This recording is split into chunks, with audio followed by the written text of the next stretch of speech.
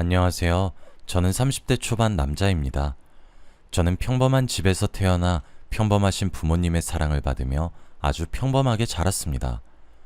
지금 저는 경기도에서 한 중견기업에서 일을 하고 있어요. 평범하게 사는 것이 참 어렵다고들 하잖아요. 저도 그 말에 깊이 공감하고 있습니다. 평범하게만 살았던 제게 참 충격적인 일이 일어났거든요. 저는 지금 소송을 진행하고 있어요. 그것도 제가 얼마 전까지만 해도 세상에서 가장 사랑하고 있었던 연인에게 말이죠. 참 어디에다가 말을 하기도 쪽팔리고 한참 마음고생을 하고 있는 상황입니다. 저는 운전할 때 여기 사연을 자주 들어요. 그러다 문득 제 이야기도 한번 해보는 것이 어떨까 하는 생각이 들어서 이렇게 사연을 보내봅니다. 여러분들도 지금 연인 또는 배우자가 있으시겠죠? 여러분들은 연인 또는 배우자의 이성 친구에 대해서 어떻게 생각을 하시나요? 저는 남녀 사이에도 친구가 존재할 수 있다고 생각을 해요. 하지만 이번 일을 계기로 이런 생각은 갖다 집어치우기로 했습니다. 저와 여자친구는 장수 커플이었습니다. 처음 20대 중반에 저희 두 사람은 같은 직장에서 만나게 되었거든요. 입사 동기로 만나게 된 여자친구는 저보다 2살 어립니다. 사내 연애가 참 재미있었어요. 그렇게 몇 년을 잘 만나다가 저는 지금 다니고 있는 기업에서 그 당시 다녔던 직장의 조건보다 2배 정도 더 좋은 조건으로 저를 스카우트했고, 저 또한 제가 성장하라는 데에 의미가 있다 생각하여 지금 다니고 있는 직장으로 정말 수많은 고민 끝에 이직을 하게 되었습니다. 여자친구와 제 본가가 있는 동네라서 정말 많이 망설여졌지만, 그런데 2배에 가깝게 좋은 조건을 솔직히 마다할 수 없더라고요. 그렇게 저는 여자친구와 연애를 하기 시작한 지 5년 정도 만에 장거리로 전환하게 되었습니다. 제 고향과 여자친구가 일을 했던 곳은 대구였어요. 경기도와 대구는 마음을 먹고 기차를 타거나 하면서 만나러 가면 갈만한 정도의 거리입니다. 하지만 직장인들의 일상에서는 솔직히 많이 먼 편이었죠. 저도 여자친구도 둘 다 일을 놓지 않고 일을 하고 있으니까 매주 주말마다 보는 것은 솔직히 체력적으로 힘들었고, 저희가 불타는 화라산 같은 사랑보다는 5년 정도 되니 연탄불같이 은은한 사랑을 하고 있어서 거의 한 달에 한 번 정도의 빈도로 만남을 이어갔어요. 통화는 매우 자주 했고 당연히 연락도 매일 했죠. 다만 만나서 데이트하는 것이 한 달에 한 번, 이틀에서 사흘 정도 되는 기간이었습니다. 사실 저는 여자친구에게 한 가지 서운한 점이 있다면 주위에 친구들이 너무 많다는 점이었어요. 남녀를 가리지 않고 말이에요. 제 여자친구는 항상 어딜 가면 주목을 받는 그런 사람이었거든요. 항상 밝고 명랑한 분위기를 가지고 있었고 술도 노래도 좋아하는 그런 유쾌한 사람이었거든요. 그래서 남자 여자를 불문하고 제 여자친구는 항상 주위에 사람이 넘치는 그런 사람이었습니다. 그리고 그렇게 밝고 명랑하게 노는 여자친구에게 저는 질투를 많이 했어요. 솔직히 남자라면 다 이해하지 않습니까? 내 여자가 다른 남자들과 친하게 지내고 그러는 것도 솔직히 대학생들 때나 가능하지, 질투가 불같이 나는 것이 자연스러운 현상이잖아요. 그런데 제가 질투를 할 때마다 여자친구는 저를 찬찬히 설득해 나가기 시작했습니다. 친구 사이이면서 선을 확실히 지키고 있는 사이라고 걱정하지 말라고 말이에요. 그런데 아무리 여자친구가 저를 그렇게 안심시켜준다고 치더라도 몸이 떨어지니까 불안한 것은 매 한 가지인 셈이더라고요. 그런데 그것도 잠깐이었습니다. 저희가 장거리 연애를 시작하자마자 여자친구는 제게 집착하기 시작했어요. 원래는 굉장히 쿨하고 남녀 사이에 친구가 있다고 생각하고 그러는 신여성 같은 여자였거든요.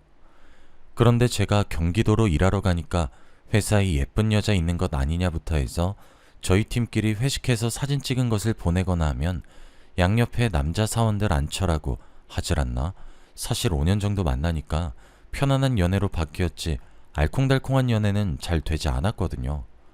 저만 전전긍긍하는 줄 알았는데 여자친구가 제게 자기 말고 여자들은 다 여우라며 생전 하지도 않았던 질투를 막 하는데 얼마나 귀엽고 사랑스럽던지 갑자기 연애 초기로 돌아간 듯한 그런 기분이 들었습니다. 처음엔 갑자기 장거리 연애로 변하게 된 연애에 권태기가 오진 않을지 다소 걱정을 했었는데 오히려 장거리 연애로 바뀌게 되니 제 여자친구는 귀여운 질투쟁이로 변하게 되었고 매일 볼 수 있는 환경에서 한 달에 한 번 또는 많아봤자 2번 정도 만날 수 있게 되다 보니까 서로에게 애틋해지게 되었고 뭔가 저희 관계가 끈끈해지는 듯한 그런 느낌이 들었습니다. 그렇게 2년 더 연애를 하게 되었어요. 저는 그 기간 동안 제 사랑이 정말 더욱더 커지는 듯한 느낌을 받게 되었고 이 여자와 반드시 결혼을 하고 싶고 행복한 가정을 꾸리고 싶다 이런 생각을 하게 되었죠. 제 여자친구는 종종 자신의 로망을 흘리듯 말을 하곤 해요. 여자친구는 노을 지는 바닷가에서 함께 산책하다가 프로포즈 받으면 얼마나 낭만적일까? 하며 제게 말을 흘렸고 지금으로부터 6개월 전 저는 여자친구에게 일몰을 보러 가자고 했고 거기서 사람 많은 꽃다발을 트렁크에서 꺼내고 무릎을 꿇고 반지를 주며 저와 결혼해달라고 프로포즈를 했습니다. 여자친구는 눈물을 글썽거리며 고개를 끄덕였습니다. 아무래도 연애를 한 기간만 7년 가까이 되고 양가 모두 대구에 살다 보니까 상견례를 따로 할 필요는 없었어요. 오랜 기간 동안 서로를 만났던 사이였기에 이미 양가 부모님께서 본인 자식들이 누구를 만나고 있는지 당연히 다 알고 계셨고 저도 여자친구도 각자 상대네 집에 가서 밥을 먹으며 인사를 드리기도 했었거든요. 그렇게 오래 만나더니 이제서야 결혼을 하는 것이냐며 양가에서 쌍수 들고 결혼하는 것을 환영하셨죠. 주위에서도 온통 축하한다는 소리밖에 들리지 않았습니다. 저도 행복했고요. 양가에서는 마치 저희 2사람의 결혼을 기다렸다는 듯이 움직이기 시작하셨습니다. 솔직히 오랜 기간 만나서 그런지 서로 사정을 잘 알고 있었기에 상의할 것이 그렇게 길게 이어지지도 않았을 뿐더러 상의할 것이 그리 많지도 않았습니다. 저는 여자친구가 일을 계속 그곳에서 하고 싶다면 존중할 생각이었고 주말 부부로 살아도 된다고 생각을 하고 있었지만 여자친구는 결혼했으니 본인이 경기도로 이직을 하겠다 하더라고요. 그런 결정이 쉽지만은 않았을 텐데 단번에 절 따라온다는 말에 진짜 눈물이 글썽거렸어요. 아무래도 제 본가도 여자친구의 본가도 둘 다 대구에 거주하고 있었기 때문에 결혼식은 대구에서 치르기로 했고 경기도 제 지인들은 제가 버스를 대절하는 것으로 결정했어요. 결혼 준비할 것이 참 많더라고요. 한두 가지가 아니더군요. 저희 둘 다 꽤 괜찮은 연봉을 받으며 살기도 했고 제가 좀 더 좋은 조건에서 일을 하면서 돈을 꽤나 많이 모았기 때문에 저는 제 명의로 그리 큰 어려움 없이 경기도에 신혼집을 구했습니다. 저는 원래 살던 곳의 계약이 아직 꽤 길게 남아 있었기 때문에 저는 계약 기간이 끝날 때 결혼식을 하기 때문에 그때 집을 정리하기로 했어요. 그리고 여자친구는 제가 산 집에 가구나 전자제품을 들이면서 혼수와 리모델링을 하며 꾸미고 있었어요. 아내도 슬슬 이직 준비를 하겠다며 회사를 사직할 준비를 했죠. 그런데 어느 금요일 저녁이었습니다. 그때는 결혼식을 올리기 바로 한 달 전이었습니다. 제 휴대폰으로 누군가 익명으로 문자를 보냈더군요. 사진 한 장만 떡하니 보냈고 발신인의 번호가 없었습니다. 그런데 사진의 배경으로 보아하니 어딘가 익숙한 곳이더군요. 바로 저와 여자친구가 함께 살 저희 2사람의 신혼집이었죠. 그런데 사진에 나온 여자친구의 모습이 심상치 않더군요. 딱 봐도 남자의 팔뚝으로 보이는 팔을 빼고 자고 있는 사진이었습니다. 불행히도 남자 얼굴은 잘 나오지도 않았죠. 시계를 보니 새벽 1시를 가리키고 있었어요. 저는 뒤도 돌아보지 않고 택시를 타고 신혼집을 향했습니다. 제가 직접 운전하고 가기엔 너무 흥분된 상태라 못하겠더라고요. 문자가 도착하고 몇 분 지나지 않아 옷을 입고 뛰쳐나왔고 새벽이라 총알 같은 속도로 택시를 탔죠. 원래라면 40분은 좋게 걸리는데 택시기사님이 왜 이렇게 다급하냐고 물으시더라고요. 그래서 제가 한 번만 도와달라고 요금을 3배로 드릴 테니 아파트 주소를 대며 이곳으로 가달라고 했어요. 마누라 될 사람이 신혼집에서 불륜을 저지르고 있는 것 같다고 하면서요. 택시 아저씨는 그게 사실이냐며 전속력으로 악셀을 밟더니 15분 만에 절 도착하게 만드셨죠. 저는 호흡을 가다듬고 비밀번호를 누른 채로 신혼집에 들어갔습니다. 현관문을 보니 여자 신발과 남자 신발이 놓여져 있었고 그것은 제 것이 아니었습니다. 경기도에서 산 아파트라 지방보다 다소 비싼 가격의 아파트를 사도 평수가 훨씬 좁아요. 현관문을 뒤로 하고 옆에 문을 하나씩 열면서 저희 부부 침실이 될 곳을 향해 천천히 거리를 좁혔죠. 카메라를 킨 채로 말이에요. 카메라가 티가 날까 싶어 제가 입고 있던 셔츠 가슴 주머니에 꽂아서 갔어요. 다행히 휴대폰을 다 넣어도 셔츠에 카메라 렌즈가 가려지지 않아 안성맞춤이더군요. 신혼침대로 사용할 곳엔 옆에 누가 누워 있었다는 흔적은 명백히 있고 사람은 없더군요. 하지만 집안 어딘가에 있겠거니 했습니다. 신발을 신고 나가진 못했으니까요. 신혼침대에 누워 자고 있는 여자친구를 보니까 진짜 너무 화가 치솟았어요. 제가 받은 사진 속 차림새 그대로였거든요. 저는 여자친구에게 살면서 처음 소리를 고래고래 지르면서 깨었습니다. 여자친구는 제 목소리에 벌떡 일어나 사색이 되더니 주위를 두리번 거리더군요. 저는 옷장을 뒤지면서 나오라고 소리를 고래고래 질렀습니다. 여자친구는 제게 왜 이러는 것이냐며 말도 없이 신혼집에 와서 이러는 것이냐며 저를 뜯어 말렸어요. 제가 휴대폰을 들고 동영상을 촬영하는 줄도 모른 채 말이에요. 전 그 손길을 뿌리치고 현관문에 있는 신발은 어떻게 설명할 거냐며 몰아붙였습니다. 그리고 바로 그때 어디선가 진동소리가 울렸죠. 제 휴대폰은 촬영 중이라 울리면 제가 먼저 알았을 것이고 여자친구의 휴대폰은 침대 옆 협탁 위에 올려져 있었습니다.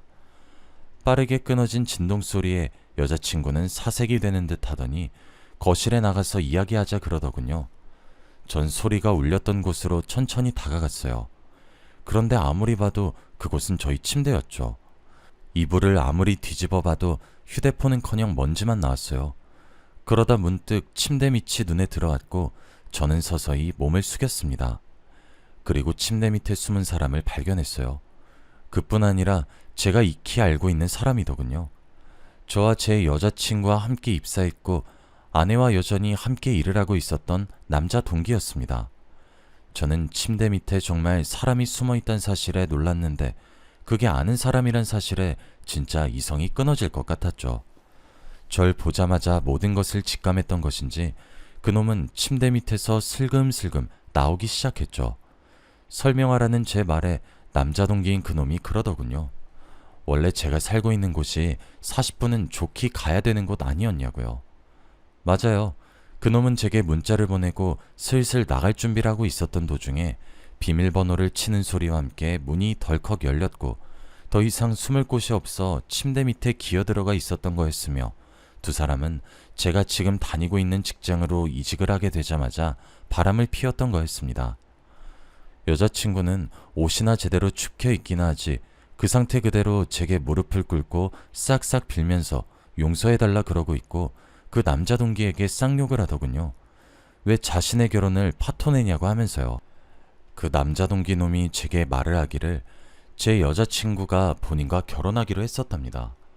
그런데 제가 돈을 좀 더 잘 버니까 절 선택해서 가는 거라고 비아냥대더군요. 제가 이직을 하고 난 뒤에 저희 커플이 한 달에 많이 만나봤자 고작 일주일도 안 되는 기간을 제외하면 본인과 거의 동거를 하다시피 살았는데 왜 나만 이런 거지 같은 기분을 느껴야 하냐고 그래서 폭로만 하고 호련히 떠나려고 했는데 제가 빨리 도착해서 타이밍을 놓쳤던 거랍니다. 두 사람은 제가 서로가 서로를 깎아내리면서 누가 먼저랄 것도 없이 서로에 대해 폭로를 하기 시작했고 그것은 제 셔츠 주머니에 꽂힌 휴대폰에 고스란히 촬영이 되었습니다. 저는 두 사람에게 한치의 거짓도 없냐고 재차 물었어요. 동기란 놈은 당연하다고 대답했죠. 여자친구도 자신이 잠시 미쳤었던 것이라며 미안하다면서 막 사과를 하더라고요.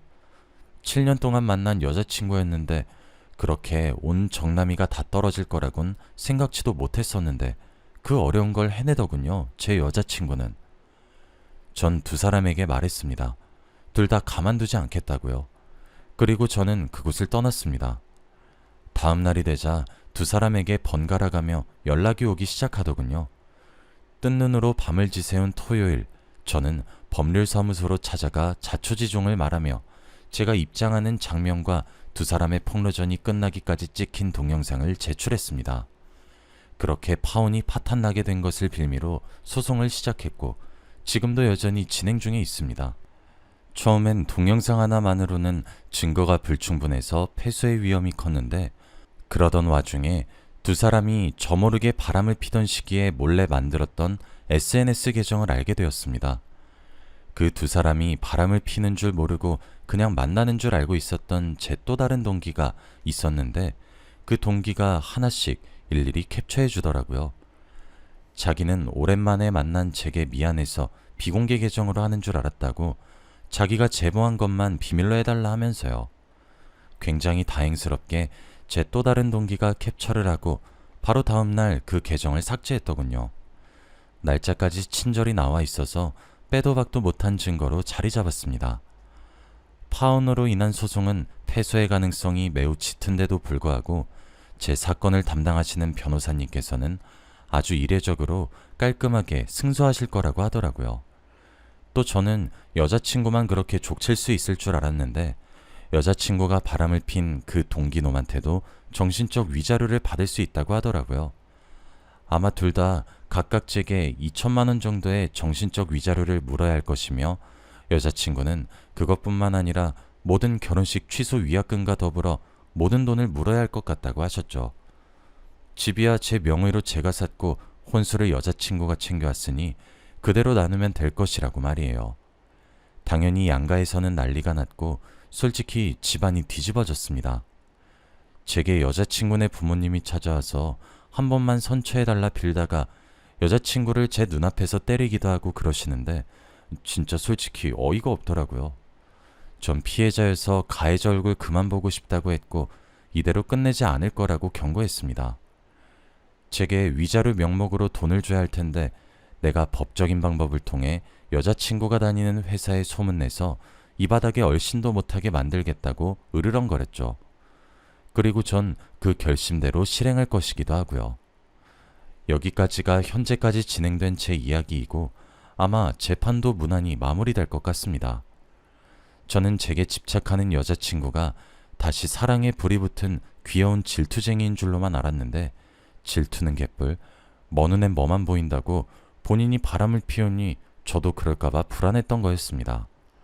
저는 앞으로 이 트라우마를 어떻게 극복해야 할지 무척이나 걱정됩니다. 솔직히 처음 사랑에 빠진 첫사랑이었던 여자이기도 하고 그런 첫사랑과 7년이란 기간을 연애했기 때문에 충격이 이만저만이 아닙니다. 그뿐 아니라 결혼 한 달 전에 이 모든 일이 일어났기에 결혼은 당연히 취소해야만 했어요. 이미 청첩장은 다 돌린 이후였고요. 그래서 회사에다 상대방 집안일 때문에 결혼이 파토났다고 둘러대는데 그것도 진짜 너무 비참하더군요. 저는 일단 당분간은 여자를 만날 생각도 의욕도 없습니다. 그냥 안 그래도 바쁘니까 일이나 하면서 지내려고 합니다.